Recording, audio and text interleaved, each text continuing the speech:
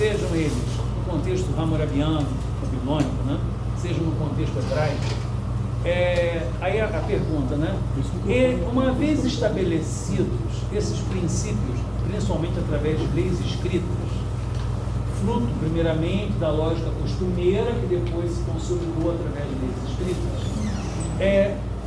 Aí uma pergunta a vocês: vocês acham que esses princípios, mesmo consolidados através de leis escritas, se tornaram perpétuos, ou seja, não houve, eles não retroagiram? Ou seja, uma vez estabelecidos, eles sempre vigoraram e vigoram ainda hoje? Não. Como, por exemplo, o princípio da individualidade das penas foi introduzido pelos hebreus. Sim. Vigorou durante muito tempo, mas não de forma absoluta, né? Você tem, por exemplo, determinados ordenamentos jurídicos onde isso não acontece, onde a penalização é coletiva, né? Ou ultrapassa, pelo menos, a pessoa do réu, né? Então, por exemplo, inovações aqui, o princípio da individualidade das penas.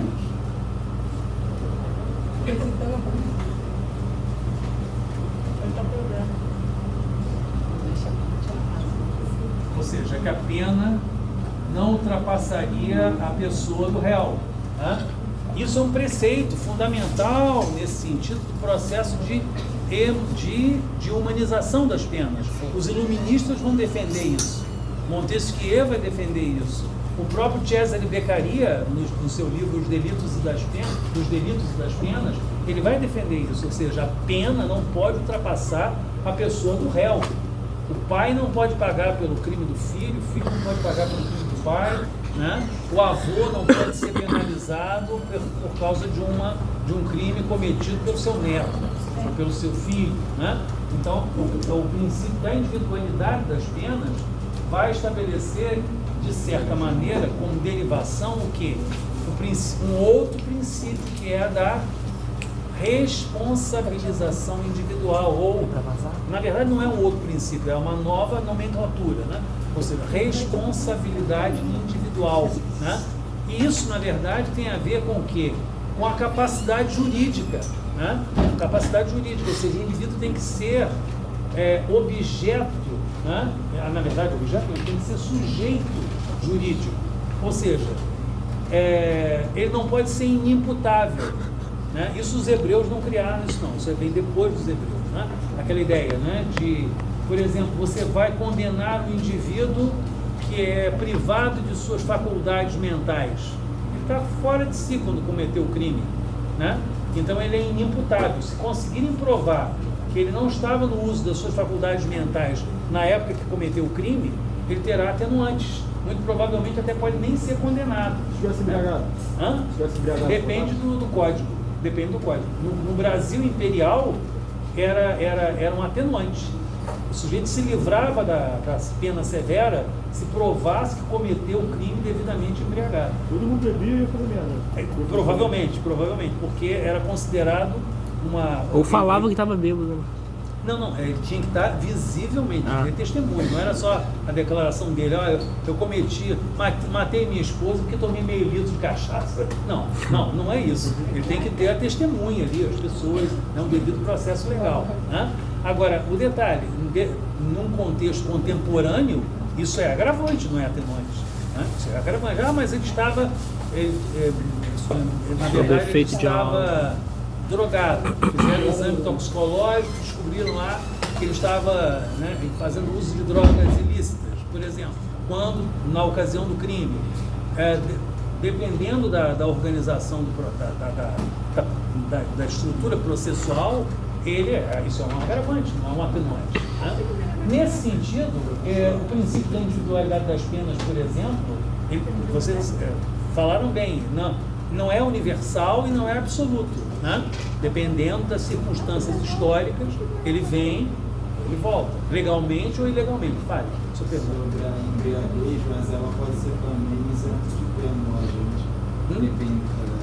Não entendi. Sobre a embriaguez. Embriaguez, sim. Muito também, porque ela tanto pode ser uma majorante, mas atualmente também ela pode isentar o agente de pena, se ela for involuntário e culposo. Sim. Aí são as circunstâncias específicas.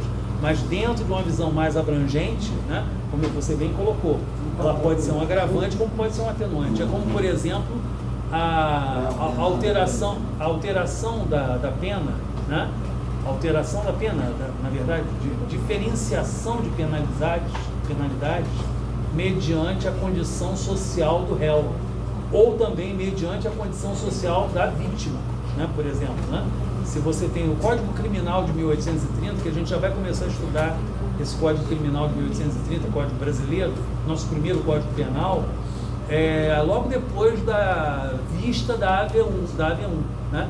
Terminou a vista da AV1, a gente já começa a trabalhar com o direito português, colonial, e depois já pegar o direito brasileiro nesse sentido, tanto imperial como republicano. Por exemplo, no Império do Brasil, já foi dito aqui, né? Você tem, na verdade, por exemplo, um indivíduo que fosse fidalgo, detentor de título nobiliárquico, por exemplo, ele cometeu um determinado delito. O mesmo delito cometido por um camponês sem titulação vai ser mais severamente punido do que o fidalgo seria punido, né? Mas isso é uma questão de natureza discricionária, né? Não, isso está na lei. Estava lá escrito na lei, sendo fidalgo de 1 ano a 3 meses de reclusão, sendo camponês, ou campônio, como eles chamavam, 7 anos de reclusão. O mesmo crime. Direito penal do autor, né? Sim, exatamente. Por exemplo, estupro de mulher honesta, né? Estupro de mulher honesta no século XIX, né? O estuprador era penalizado com 3 anos de cadeia e mais pagamento de multa, né? Se fosse uma meretriz, né? No caso, prostituta, não eram 3 anos de cadeia, era um mês e meio de cadeia e não tinha multa, né? Agora, defloração era do indivíduo, uma das formas de punição, pasmem, era obrigar o sujeito deflorador a casar com a menina deflorada. Era pena, isso não era uma sugestão do delegado, isso era uma penalização. Mas peraí, quem que vai ser penalizado? A menina? Ela já foi penalizada, ela foi vítima da defloramento, né? Ainda vai casar com o deflorador? Aí tem toda aquela questão, né, do rapto consentido. Não foi aqui que eu falei do rapto consentido? Foi rapto consentido, por aí, né? Na verdade é o rapto sem sentido, não é nem o rapto consentido, né? Por exemplo, voltando aos hebreus, né, a cidade de refúgio e a diferenciação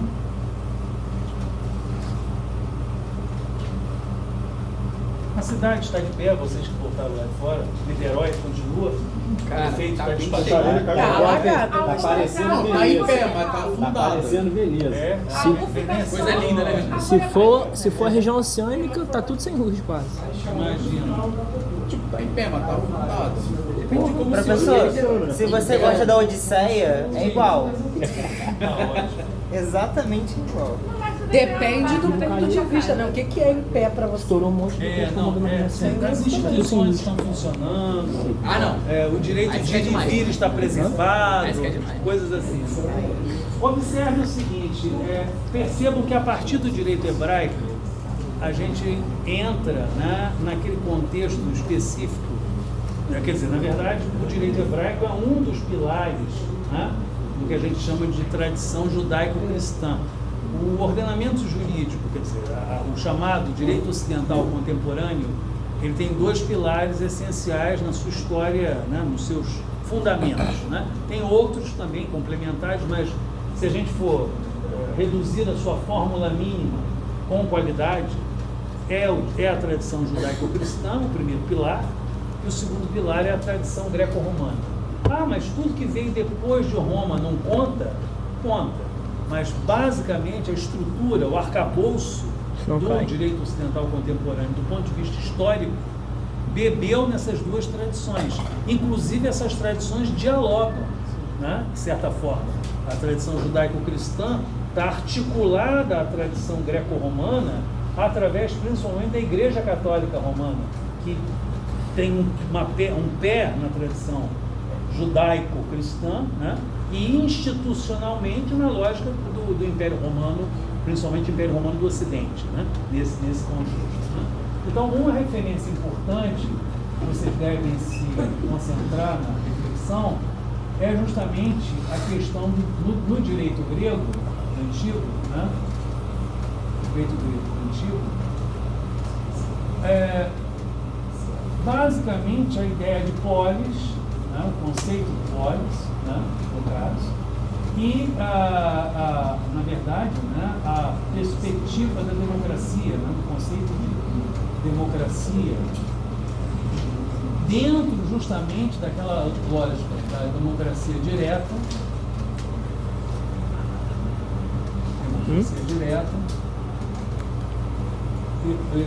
ou democracia e a democracia indireta ou representativa. Uma parte, inclusive, que aliás eu fiquei de mandar para vocês, não mandei, vou mandar junto com a revisão, que a gente falou aqui na Politeia, mas eu, atendendo a pedidos, colegas de vocês, o professor grava uma palhinha, né, sobre a Politeia, um esclarecimento adicional à nossa aula que tivemos sobre Politeia. Então, eu não gravei uma palhinha, não, eu gravei uma coisa um pouco maior, né? Mas podcast. Quase uma coisa mais elaborada, né? Já imaginava. Para vocês caracterizarem aí, né, uma referência, Platão, Politeia ou a República, né?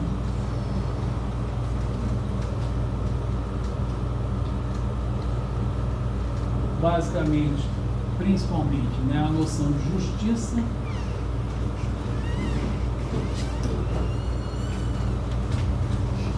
A lanchonete de geral é o mestre do suco, do Thiago é o Big Pun. Filha da puta.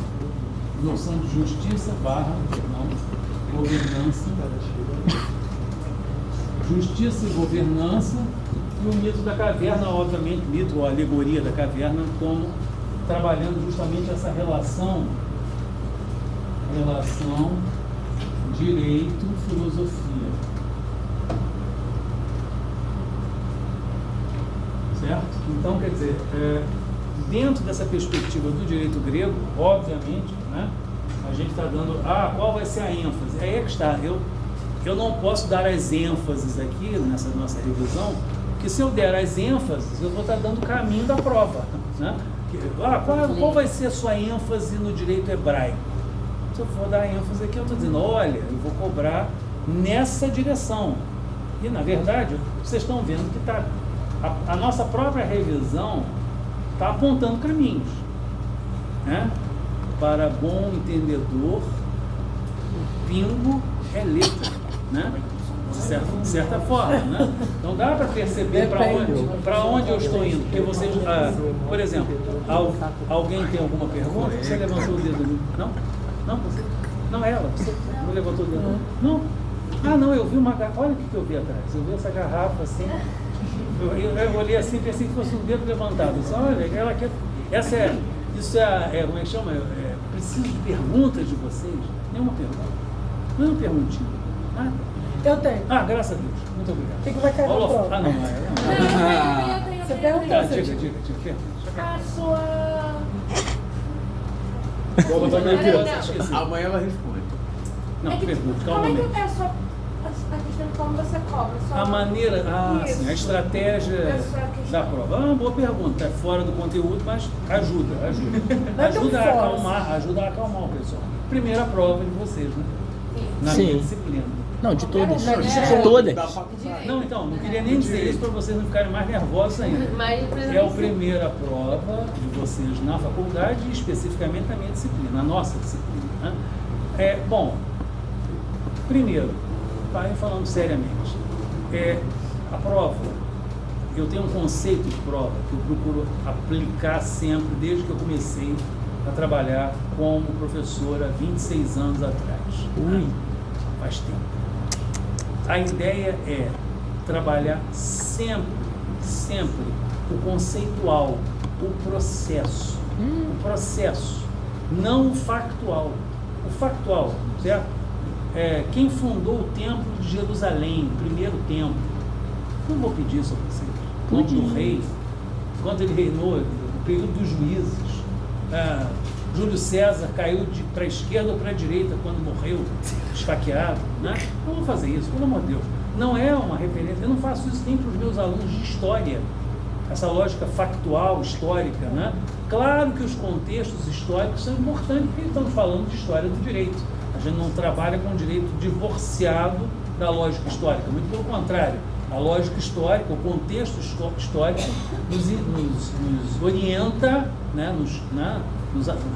Nos possibilita ter uma visão mais qualificada daquelas demandas sociais, daqueles embates políticos, daquelas reflexões de natureza jurídica, né? Daquele panorama cultural, daquela estética dominante. Isso é importante para vocês, para ir ao que nos interessa prioritariamente, que são os ordenamentos jurídicos, as formas de organização jurídica das sociedades, desde a extrema antiguidade até, pelo menos, os dias de hoje, né? Nesse sentido, então, o que eu peço na prova não depende de memorização. Não memorizem, entendam. Procurem entender, mesmo que não consigam entender tudo, é muita coisa, como disse o colega, né? Muito conteúdo. Tem uns textinhos de apoio, não interpretação. Entendeu? O texto, por exemplo, os textos estão lá. É múltipla escolha? Não. Quem dera. Não, aí está, vou chegar lá. Não é, mas é. Não é. É e não é, vou chegar lá. Não vou procurar, mas tem que justificar. Mais ou menos isso. O fato é que a ideia central é cobrança. Eu não cobro o que eu não dou. Ou seja, eu ministrei aula sobre, por exemplo, Declaração dos Direitos do Homem e do Cidadão. Eu não trabalhei esse documento com vocês. Não trabalhei. A tempestade fez com que todo mundo se desconcentrasse e eu percebi a necessidade justamente da gente priorizar a nossa revisão.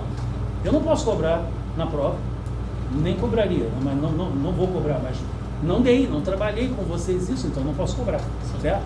Outra referência, todas as questões, absolutamente todas as questões, sem exceção, têm fundamentação em textos.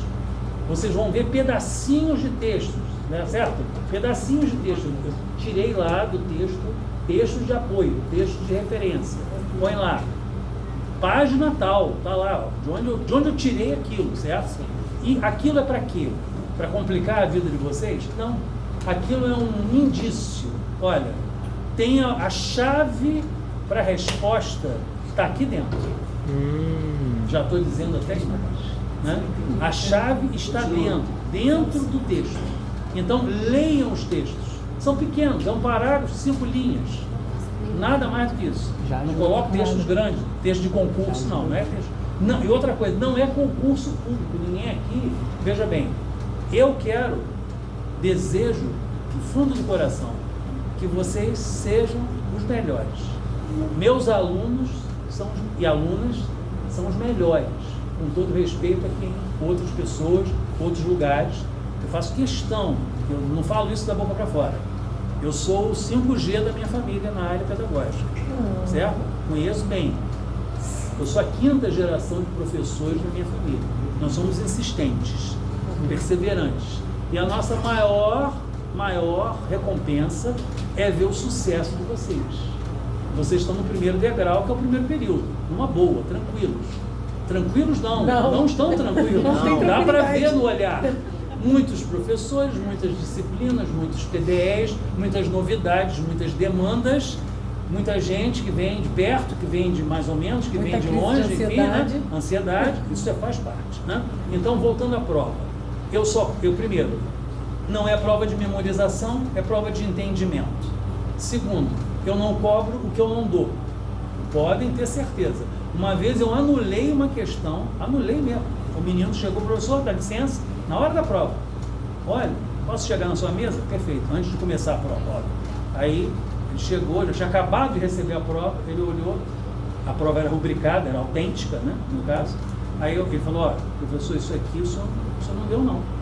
Deixa eu dar uma olhada. Tá, olhei, anotei, realmente. Gente, questão 3 anulada. Pá. Anulei mesmo.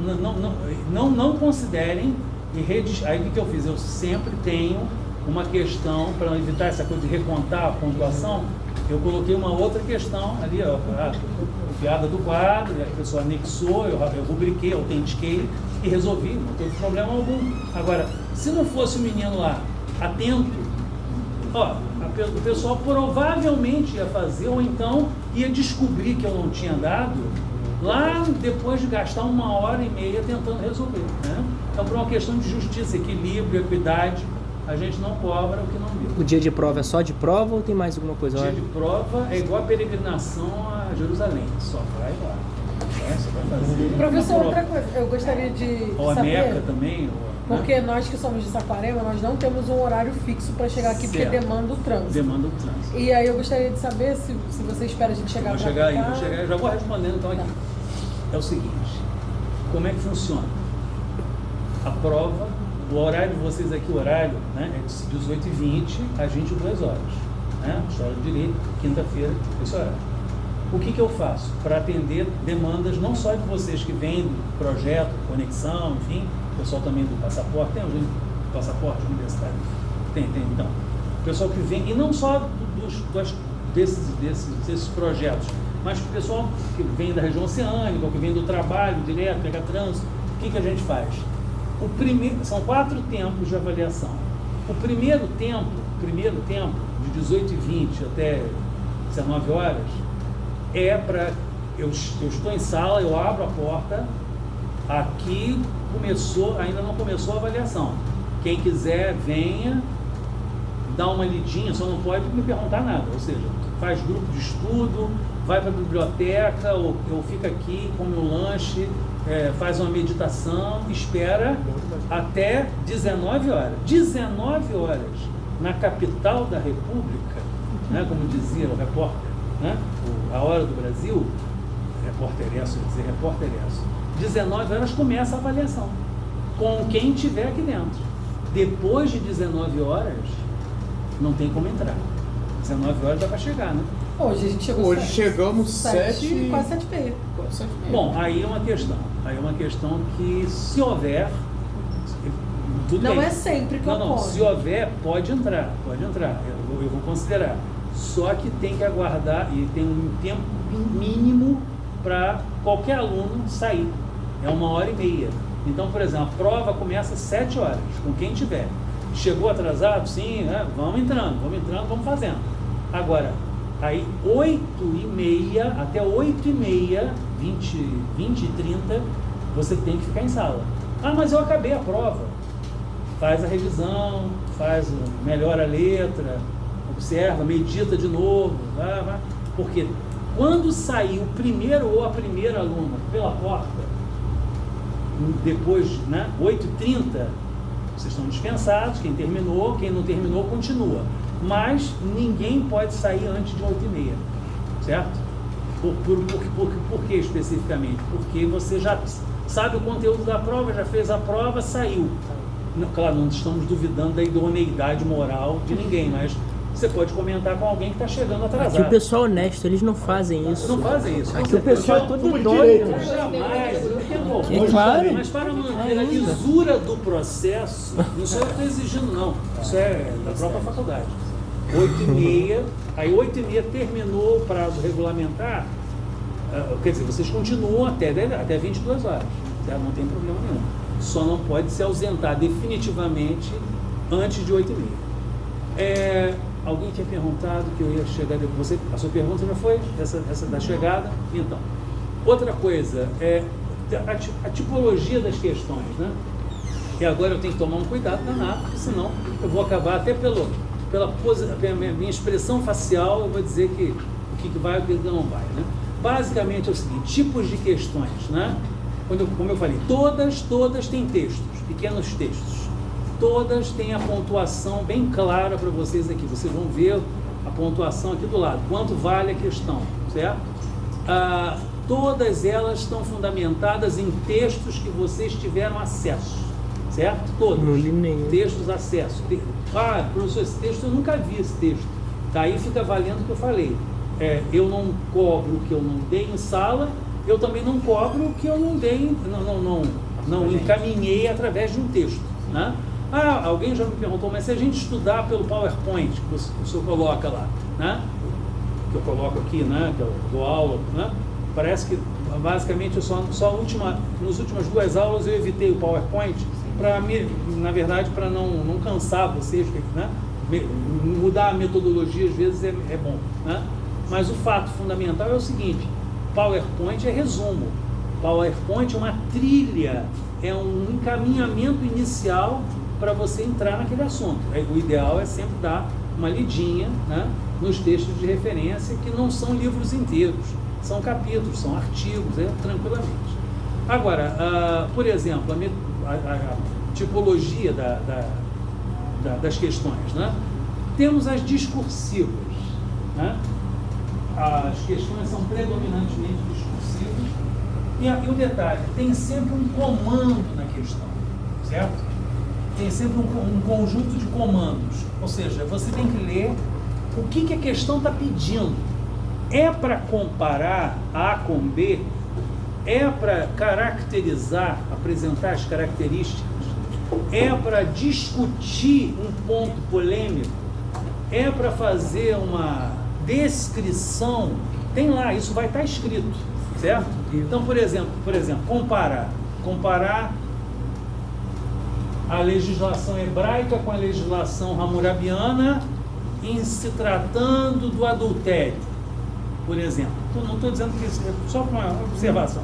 Como é que o adultério era trabalhado na legislação hebraica? Como é que ele era trabalhado na legislação mesopotâmica? É para comparar, né? É uma mesma situação em dois ordenamentos jurídicos diferentes. Comparar não é descrever uma coisa e ao lado a outra coisa. Olha, no contexto hebraico é isso, assim. No contexto mesopotâmico é assim. Isso não é comparar. Isso aí é uma parte. Você tem que apresentar e dizer, olha, isso tem conexão ou não tem conexão. Tem convergência, tem divergência, né?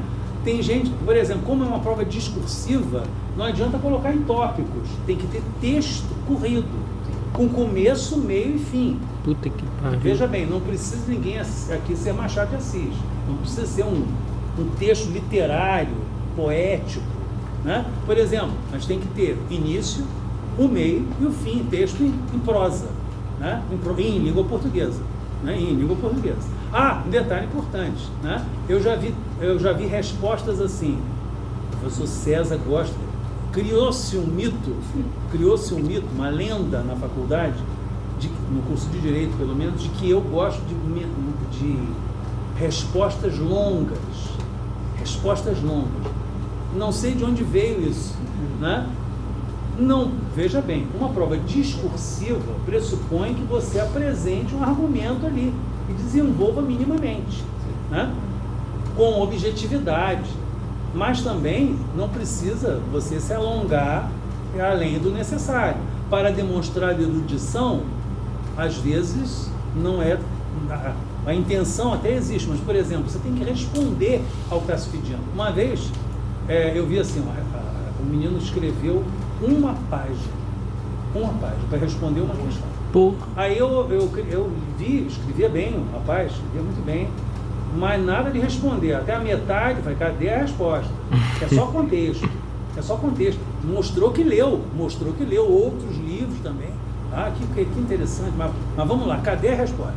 E, sabe, aí eu batizei esse tipo de procedimento de a técnica do campo de trigo. Né? A técnica da arca de ouro no campo de trigo. Por quê? Ele sabe que a arca de ouro está ali no meio, em algum lugar. Mas então eu vou cumprir. A arca de ouro é o quê? A resposta certa. Mas ele não, eu sei onde está, ele não sabe. Então o que ele vai fazer? Ele vai varrer o campo de trigo todo. Até uma hora ele vai esbarrar em alguma coisa, né? Mas pode ser no final da questão. Ele desperdiçou um tempo enorme para responder de maneira curta, né? E por vezes insuficiente. Tem aquela resposta que eu chamo de galeão.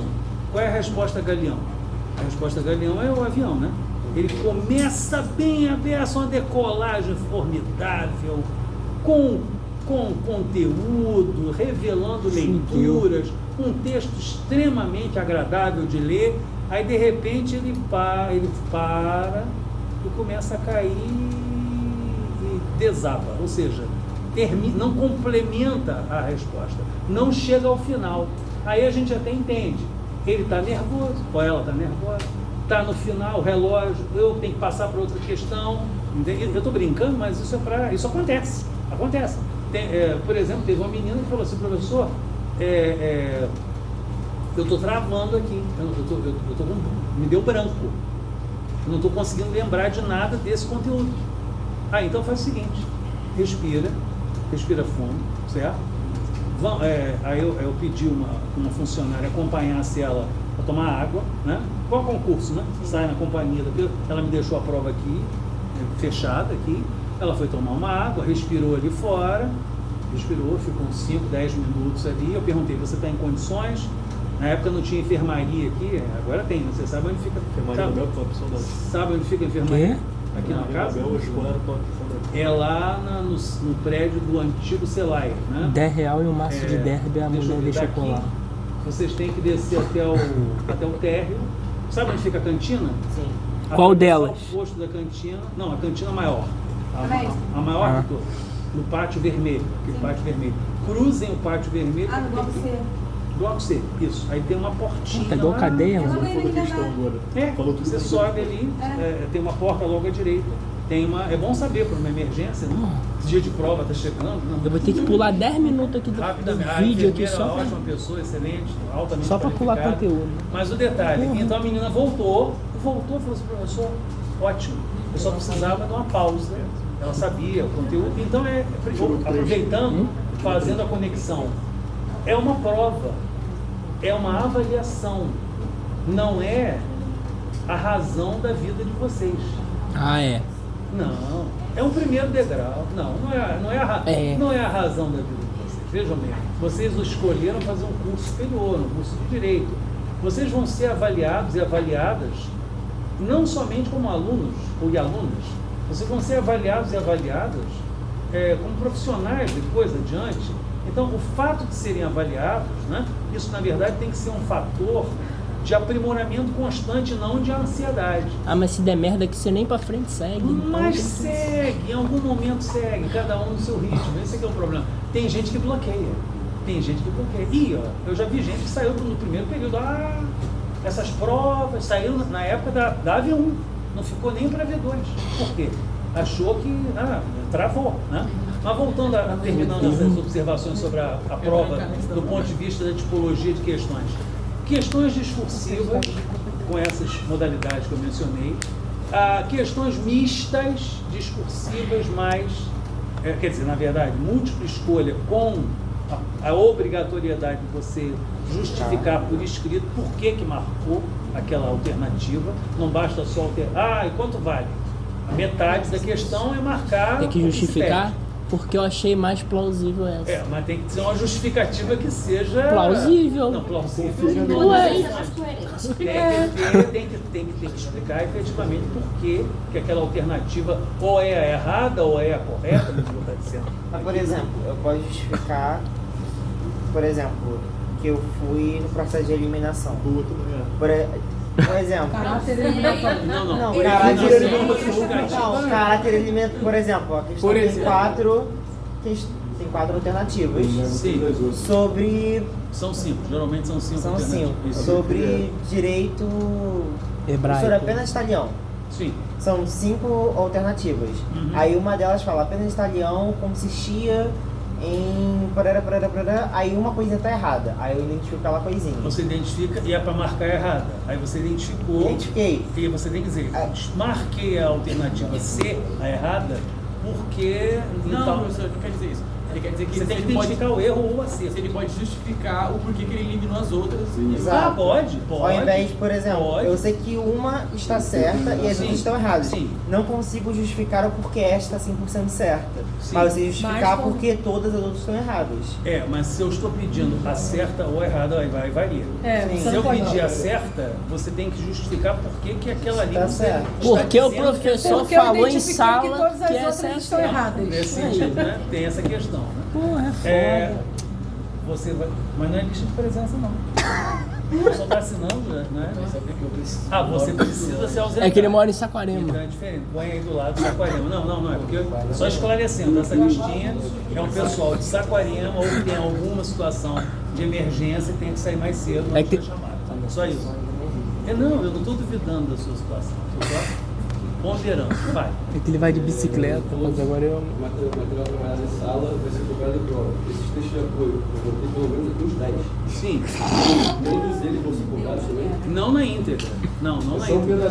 Leia o trecho, leia os textos de apoio. Porque no mínimo tem cada texto que o senhor coloca lá, você coloca na página tal a tal. No mínimo tem 15 folhas para a gente ler. Sim. Ou seja, 15 vezes 10 textos. As referências fundamentais estão na Flávia Lages de Castro, no manual da nossa disciplina. Só para Esse moleque vai repetir no primeiro sintetizar, período, pô. assim, Vai embora no o 8 livro horas. para levar para uma ilha deserta é a Flávia Lages de Castro. Capaz de tirar. Eu tenho tempo para ler todos esses textos. Mesmo que seja uma leitura... Já renovei meu já- plano. Tem que memorizar o texto. Não, memorizar não. É o processo de entendimento. Sim, Você sim. entende 15 textos de... Minha mente aqui. Mas não é, veja, só um Como detalhe. você falou que o senhor falou da Flora Live, É processual. É para onde a gente vai mais ficar, vai ser Isso. direcionada o conteúdo de prova do vacilo. O manual. Esse manual, primeiro, a leitura, eu compreendo que vocês têm muitos textos para ler, mas é uma leitura processual, né? Não é para ler agora. Não, eu sei. Era para ler desde o início. Só ele ali que pediu a palavra, depois você faz. Os textos de TDE também. Todos os textos de TDE são também de prova. Porque os textos de... Por isso, justamente para vocês já irem matando dois coelhos com uma só cajadada. É uma observação antiecológica. Fale depois aí. Nesse contexto aí, incluindo o TDE, Sim. digamos assim, são quantas questões a prova do senhor? 10? São, não. 5 a 6 questões. 5 a 6. E é um conteúdo muito grande, pô. Mas é recortado, está tudo recortado. A gente está recortando aqui, passamos a noite aqui praticamente recortando, são recortes. Né? 20 minutos do meu Fale, vídeo que é só ele explicar dúvidas negócio de sobre prova. conteúdo. Vai. A questão Só o colega. processual Sim. do direito grego, Sim. a qual os cargos, a denominação dos cargos, a denominação das assembleias, que não foi muito cara bem dele. trabalhado em sala, foi mais trabalhado conceitos, Não, etc. isso não Mas vai- em Roma foi mais trabalhado. Sim, em Roma, sim. Pela Vai, ênfase. vai ter algum tipo de. alguma questão que diferenciação que trabalhe isso, porque Não. trabalha em TDE. Não, em TDE sim, TDE é o resumo. Sim. Não tem pergunta, TDE é resumo, né? É o resumo. No caso, bem lembrado, no contexto do direito grego, a gente vai se ater basicamente a esse quinto ponto aqui.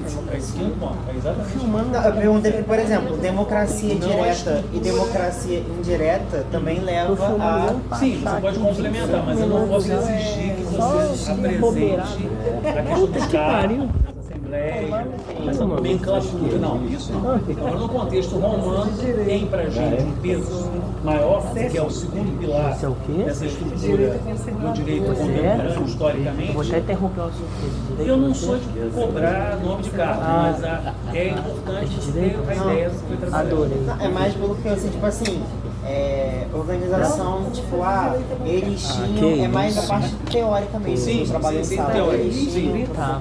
Tem uma ênfase, boa pergunta do colega aqui, só para socializar e a gente já finalizando daqui a pouco. A ideia é trabalhar, como eu disse, a questão conceitual, mas não exclusivamente a parte teórico-metodológica também, ou seja, você tem os conceitos, por exemplo, quando a gente trabalha com a questão do direito consuetudinário e a jurisprudência, né? Direito consuetudinário e jurisprudência. Vou vender esses vídeos aqui que Essa eu tô gravando. jurisprudência, por Vou fazer exemplo, uma revisão. Que eu direito tô consuetudinário 1h30 costumeiro, filmando. né? Direito costumeiro. Nesse sentido, ou seja, esse direito consuetudinário, como a jurisprudência, eles eram originalmente orais. É direito o quê? consuetudinário. Vem do consueto, ou seja, costumes, tradições, Consuetudinário. as tradições dos ancestrais, né? Ou seja, originalmente eram todos referências orais. Com o tempo foram se fixando por escrito, basicamente, né?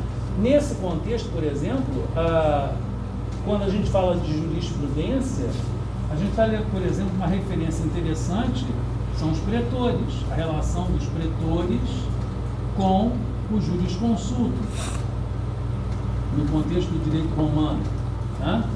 Estamos falando do direito romano. Ou seja, nesse sentido você tem o quê? Os pretores eram juízes, os magistrados juízes. Magistrado juiz você não é uma redundância? Não. Existiam vários magistrados. Um desses magistrados eram os juízes, os pretores, né? E basicamente os jurisconsultos eram o quê? Os peritos em leis. Peritos em leis. Mas os pretores não eram peritos em leis, eles eram politicamente eleitos, né? Eles eram votados. Os jurisconsultos eram indicados pelos pretores, né? Como peritos em leis e pessoas, como se dizia na época, pessoas de escolha e boa reputação. Indivíduos confiáveis, né, no contexto daquela sociedade, né? Então você tem, na verdade, boa parte das sentenças prolatadas por pretores eram, na verdade, estruturadas pelos jurisconsultos e que, na verdade, os seus pareceres constituíam um complemento importante da jurisprudência outrora oral, certo? Então, quando os romanos tinham alguma dúvida em relação a decisões que estavam presentes, né, numa determinada sentença, eles primeiro faziam, e não conseguindo algo semelhante na jurisprudência, eles lançavam mão da jurisprudência oral. Ou seja, o que os antepassados remotos deixaram para a gente como exemplo. Para vocês terem uma ideia, no contexto do direito medieval, por exemplo, né, o direito medieval, ele vai adotar como direito subsidiário. Vocês sabem o que é direito subsidiário? Algum colega aqui já trabalhou com vocês isso? Direito subsidiário. Não. É o direito que, quando você tem num determinado ordenamento jurídico, você tem uma lacuna. E essa lacuna é preenchida por esse outro direito. Por exemplo, o direito medieval português, que a gente vai ver depois da prova, ele adotou o direito romano como direito subsidiário. Alguns outros... Direito canônico. O direito canônico também é utilizado como subsidiário, ou o direito romano fragmentado, né, para que preencha aquela lacuna naquele sentido, mesmo que provisoriamente, né? Uma outra... Alguém não pensei que fosse perguntar. Né? Apenas uma observação, por exemplo, né, uma referência interessante. Opa. Eu posso apagar alguma coisa aqui? Lá na frente? Aqui, ó. Primeiro. Esse primeiro que não vai ter prejuízos, né? Lembrando, minha gente, vocês vão ter, como eu disse, uma videoaula com esse detalhamento melhor aqui. Não faço não, vou vender o vídeo aqui. Eu tô vendo que você tá gravando. Tô gravando já tem 1h30. 1h30 já. Tá certo. Porra, aqui ó, cameraman. Aí, ó. Gravei 20 minutos ele só explicando um bagulho de prova aí, pô. É. O contrato, uma coisa importante, o contrato. Eu vassalho. Botar em 2.0. As pazes. 2x. Essa é a referência estruturante, né? Pelo menos é a revisão principal, né? Elemento estruturante das monarquias feudais. Basicamente, aí nós estamos trabalhando aí principalmente, né, no contexto do século VI ao século XV, depois de Cristo, né? Ou seja, na verdade, vocês têm aí a relação de fidelidade e reciprocidade entre senhores feudais. Ou seja, o que se chamava de vassalagem, né? Senhores feudais. Não existe vassalagem entre camponês e senhor feudal. Vassalagem é coisa de nobres. Ou seja, na verdade é um compromisso estabelecido, um juramento de fidelidade, de reciprocidade entre senhores feudais. Só que entre senhores feudais mais poderosos e menos poderosos, né? Nesse contexto, uma referência, primeiro, né? Esses elementos formadores aqui, elementos, melhor dizendo, do contrato, esse contrato feudo-vassalho, né? Basicamente a oralidade, não era um contrato escrito, oralidade, ele tinha a chancela da Igreja Católica, então ele estava fundamentado numa lógica devocional, né? Fundamentado na religiosidade católica, que a cerimônia ocorria dentro de uma igreja, né? E basicamente era constituído, né, por 3 rituais em sequência, né? No caso, fé, homenagem e investidura. Segundo Jorge Duby, né? Na verdade, a fé seria o juramento solene, né, sobre a Bíblia, né? A homenagem seria a auto-entrega, a ideia de ser fiel, né? E, na verdade, não é nenhuma irmandade, mas você está se submetendo, você, senhor feudal menos poderoso, está se submetendo a um senhor feudal mais poderoso do que você, né? E a investidura é justamente a entrega da prebenda, ou seja, do feudo, né? Do feudo ou da honraria, uma graça honorífica, né? Uma graça honorífica, um título de nobreza, geralmente junto com o feudo, né? No caso, seria a investidura. Ou seja, um senhor feudal mais poderoso de todos, numa região mais abrangente, ele geralmente era elevado à categoria de rei, ou seja, o rex feudal, né? Que era mantido no poder através do chamado contrato feudo-vassalho, fundamentado principalmente na lógica da vassalagem, né?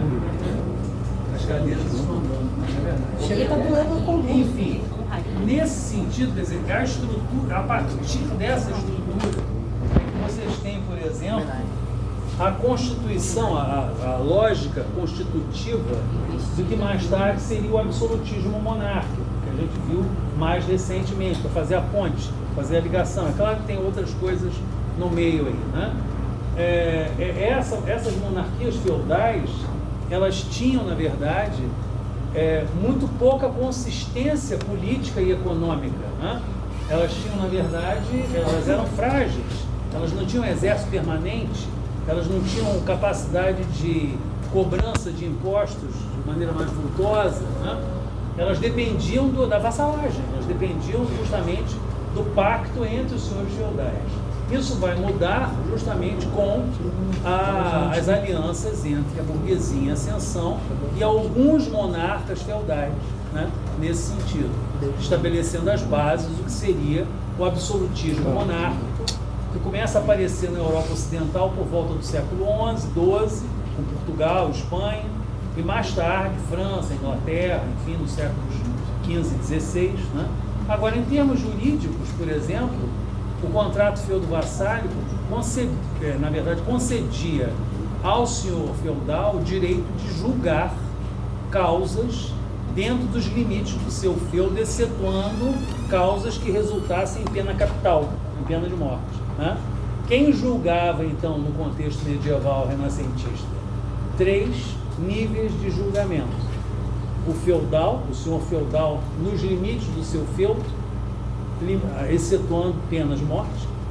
Os tribunais régios, que eram presididos pelo soberano ou por algum preposto do soberano, né? E aí começam a configurar claramente a figura dos juízes régios, né? Nomeados pelo rei, né? Não mais eleitos, mas eram nomeados pelo soberano. E, no caso, os tribunais eclesiásticos, né? Basicamente, os tribunais presididos por bispos, arcebispos, cardeais, e mais tarde, a partir do século XIII, o Tribunal do Santo Ofício ou Santa Inquisição, basicamente, né? Nesse sentido. Cada um, claro, com especificidades em termos dos julgamentos. Por exemplo, os tribunais eclesiásticos não julgavam apenas causas que envolvessem clérigos, mas também julgava crimes contra os costumes praticados por leigos, não necessariamente clérigos, né? Julgava basicamente isso. Já os tribunais régios estavam mais focados no julgamento dos crimes contra o Estado e principalmente contra a coroa, né? Principalmente o crime de lesa majestade, né? Por exemplo, só para ter uma ideia, a última referência mais assim, documentada sobre crime de lesa majestade no período colonial no Brasil, né? Aconteceu em 1835, com a revolta dos malês em Salvador, na Bahia. Malês eram africanos escravizados de confissão islâmica, né? Eram alfabetizados em árabe, eram nascidos na África, trabalhavam como escravos de ganho. O que era escravo de ganho? Escravo urbano, né? Carregadores de caixas, carregadores de cadeirinhas de arruar, enfim. E eles eram devotos de Alá, enfim, eram indivíduos ligados à comunidade islâmica, né? E eles lideraram uma revolta muito, muito importante na Bahia, na cidade de Salvador, em 1835, onde tomaram poder durante uma semana, né? As lideranças foram processadas, foram presas, enfim, e foram julgadas. Qual era o argumento? Crime de lesa majestade, em pleno período regencial. Majestade não é absolutismo? Não. O imperador do Brasil era criança na época, mas o Brasil era uma monarquia. Fale. Os escravos foram julgados? Julgar? Não, escravos não. Eles eram as lideranças africanas foram processadas. Porque não eram só escravos. As lideranças eram libertos. Tinham homens livres, tinham libertos, que eram as lideranças. Porque escravo você não pode julgar escravo. Você tem que julgar o dono do escravo, né? O proprietário do escravo, né? Mais alguém? Quem está perguntando? A noção de justiça e governo no grego. Sim. É mais aquilo da pirâmide do conhecimento, mais ou menos assim? Mais ou menos isso. E a questão dos reis filósofos, isso é basicamente isso. Reis filósofos, a ideia da governança a partir de leis não fundamentadas só no direito positivo, mas no contexto dos princípios da natureza. É por aí, certo? Minha gente, antes de fazer a chamada aqui, alguma pergunta mesmo, agora é a hora. Faz. A gente pode afirmar que foi no período romano, então, que começaram os primeiros cargos focados na área do direito? Especificamente voltados para a promoção da justiça, sim. Foram os nobres lá? Os patrícios eleitos como pretores, basicamente. Aí você tem que antes dos pretores... Os sacerdotes não? Os sacerdotes são muito anteriores e eles estavam ligados essencialmente a um domínio, não eram eleitos, né? Eram vitalícios e muito influenciados pela perspectiva religiosa somente. Aqui havia a lógica religiosa também, mas havia a eleição periódica, né? Fale. Você pergunta de prova. Pode ser. Os primeiros feudais, eles derivam... Os senhores Você vai sentar na feudais. minha frente, meu amigão. Lá atrás. Alguns senhores feudais eram descendentes de famílias patrícias romanas, sim, mas não somente. Alguns eram descendentes de guerreiros bárbaros, alguns eram descendentes de famílias romanas. Mas esse reconhecimento da família romana, ele era algo comum? Todos, por exemplo, Não. Eles eram famílias que se fragmentavam. Sim, mas aí eu que não sou um seu feudal Menor, sim. que seria vassalo depois. Sim. Eu teria noção dessa sua influência? Tipo, saberia que no passado sua família era... Ah, sim, porque a genealogia dessa gente era preservada. Sim, imagina. Se eu sou da família Colonna, lá em Florença do século XVII, a família Colonna nunca deixou de ter olha, os caras são da família Colonna. Outra coisa. Lá em Roma. Quando a igreja tomou o poder, assim, de fato, depois do começo do feudalismo? Por Não, exemplo, não, durante o feudalismo. Sim, durante o feudalismo. Mas como é que a influência da igreja católica surgiu assim, tão forte? Porque ela foi a última, uma das poucas instituições romanas, de fato, que não ruíram com o Império Romano do Ocidente. Ela foi, de certa maneira, a maior senhora feudal do Ocidente. Ela guarneceu a estrutura cultural, guardou, né? A estrutura cultural greco-romana, certo? Cristianizada através de São Tomás de Aquino, por aí vai, né? E principalmente era um fator de estabilidade no meio de uma estrutura absolutamente instável que eram os feudos, né? Então, você está no meio do oceano, você está no meio da tormenta, você está no meio da confusão, você agarra no que é estável. Mesmo que o que for estável vai te escravizar de certa maneira, mas, né, de certa maneira o controle ideológico também da sociedade passava pela religiosidade ainda. Não podemos falar de laicização ainda, né? Alguma pergunta mais? O Namor foi escrito também, né? O Namor é escrito, né? Sim, mas é muito menor do que a estrutura. Mas pode ser considerado ainda a primeira escrita, né? Não é uma questão de primeira, tem algumas muito anteriores, fragmentadas, que não constituíram um código. Mas você tem razão, ela é anterior à própria codificação hammurabiana. O Hammurabi, inclusive, incorpora elementos dessa codificação. Mas, assim, até o presente momento, o código mais completo é o de Hammurabi, certo? Mais alguém? Ali, você que está ali olhando? Não? Não. Você que está dando tchau para mim, está querendo que eu vá embora? Não. Só a chamada. Bom, vou fazer a chamada então, minha gente. Só um minutinho. Ah, tá tudo calmo, tá tudo, não está nem mais chovendo. Aí cai um raio. Pá! Tem Falaram que começou estrela no a céu. cair o mundo em Saquarema. Fechou, professor? Deixei. Agora em Saquarema.